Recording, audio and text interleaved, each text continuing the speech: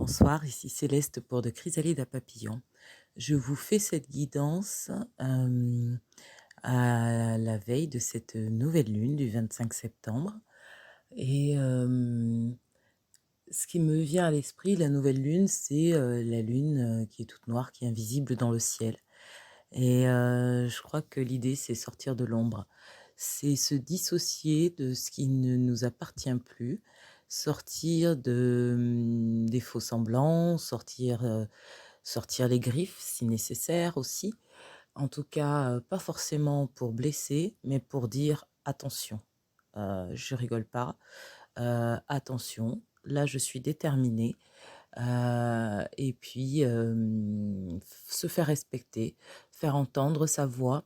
Dissociation aussi, dans le sens où, les choses que nous pouvons, avoir intégrées comme ça dans l'inconscient collectif, depuis, des décennies, des siècles même, ne sont plus en accord avec qui nous sommes et notamment on n'est plus du tout en phase avec, l'injustice, avec, l'oppression.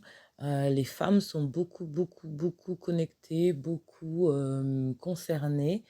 Les femmes et puis en fait pas que les femmes parce que c'est plutôt le féminin, sacré, le féminin divin qui se trouve en chacun de nous, hein, qui demande là à se faire entendre véritablement. Il y a qu'à voir l'actualité, d'où qu'on regarde, il y a quand même cette idée de dissociation.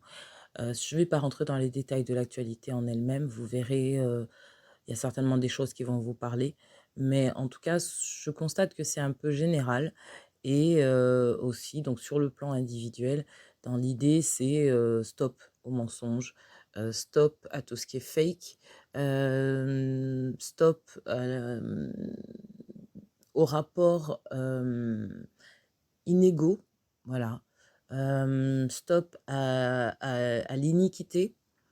Il y a, un peu cette idée-là. Donc il peut y avoir beaucoup de conflits, des malentendus ou en tout cas une tendance vers ces choses, mais l'idée n'est pas de tomber dans le piège du combat. Encore une fois, moi je l'ai déjà dit, à mon sens, la solution ne se trouve pas dans la lutte, mais plutôt dans une, non pas dans la réaction, mais plutôt dans une création.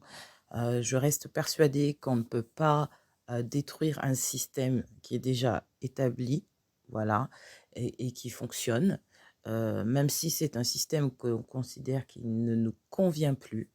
Je crois que la meilleure solution est simplement de s'en détourner.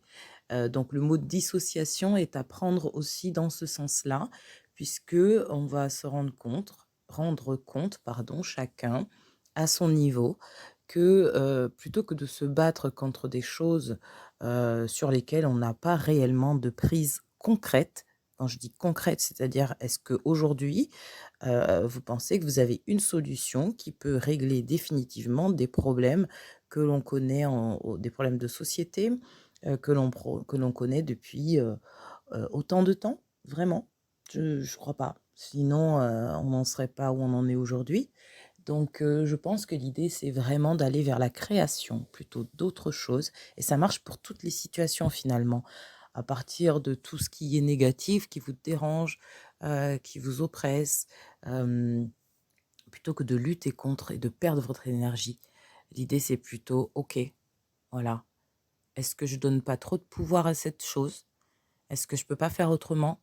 Plutôt que de critiquer, plutôt que de me battre contre, est-ce que je ne peux pas créer quelque chose qui soit plus en phase avec ce que je suis et qui me permette de m'épanouir véritablement, de me montrer sous le jour véritable de ce que je suis?»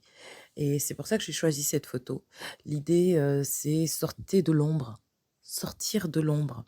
Un petit mot, je ne dis pas qu'il faut rejeter la colère, je ne dis pas qu'il faut rejeter nos émotions, puisque ce sont elles qui nous renseignent sur le fait que les choses ne nous conviennent plus telles qu'elles sont actuellement. En revanche, prendre ces émotions comme des informatrices, C'est plus vers ça que je vous invite, à aller et puis, donc de vous en servir comme, comme moteur, comme enseignante. Voilà, toutes ces émotions sont là pour nous enseigner des choses sur nous-mêmes et nous permettre de retrouver notre véritable place, c'est-à-dire là où l'on se sent en paix, en joie avec soi-même, en amour avec soi-même et c'est la meilleure façon d'être en amour avec le monde. Voilà, je vous laisse là-dessus. À bientôt.